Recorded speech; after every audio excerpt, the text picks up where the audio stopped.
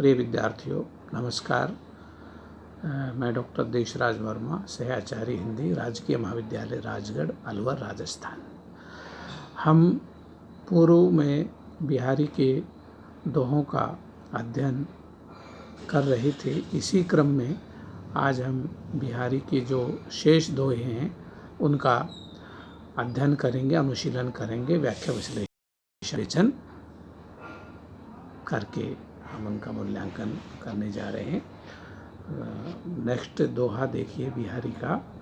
ओढ़े थे आले वसन जाडे हूँ की रात, साहस कके सनेह बस सखी समय ढिंग जात। यहाँ बिहारी एक विरहिणी नायिका के विरह ताप का अतिशयोक्तिपूर्ण चित्रण कर रहे हैं कि नायिका विरह की आग में इस कदर जल रही है कि वो सर्दी की रातों में भी गीले वस्त्र ओढ़ करके अपनी रातें बिताती है।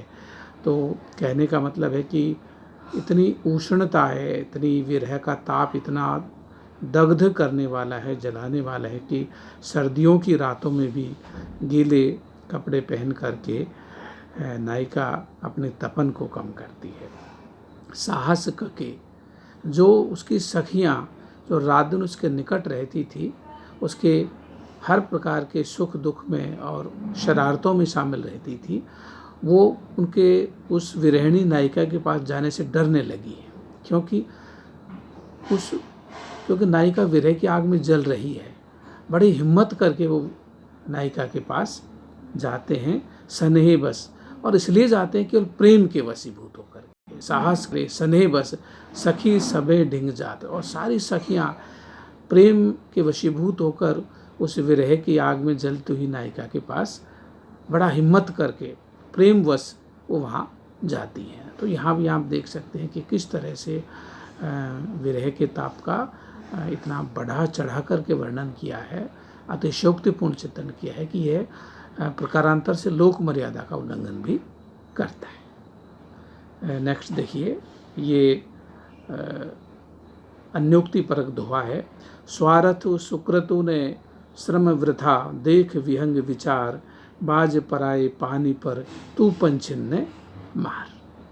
यहाँ ये राजनीतिक संदर्भों को व्यक्त करने वाला दोहा है, और तत्कालीन जो राजा थे बिहारी के आश्रयदाता, वो औरंगजेब के प्रभाव में आकर अपने स्वजाति हिंदुओं को परेशान करने लगे थे।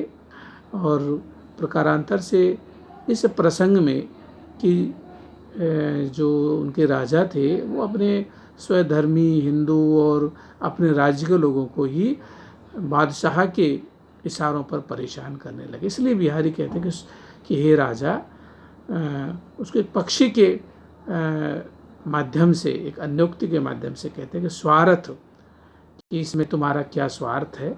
सुकृत न ऐसा करने से न तुम्हारा कोई स्वार्थ सिद्ध हो रहा है, न कोई सुकृत, न कोई अच्छा कार्य है, श्रम वृथा, और इस ऐसा कार्य करने से तो केवल तुम्हारा वृथा ही श्रम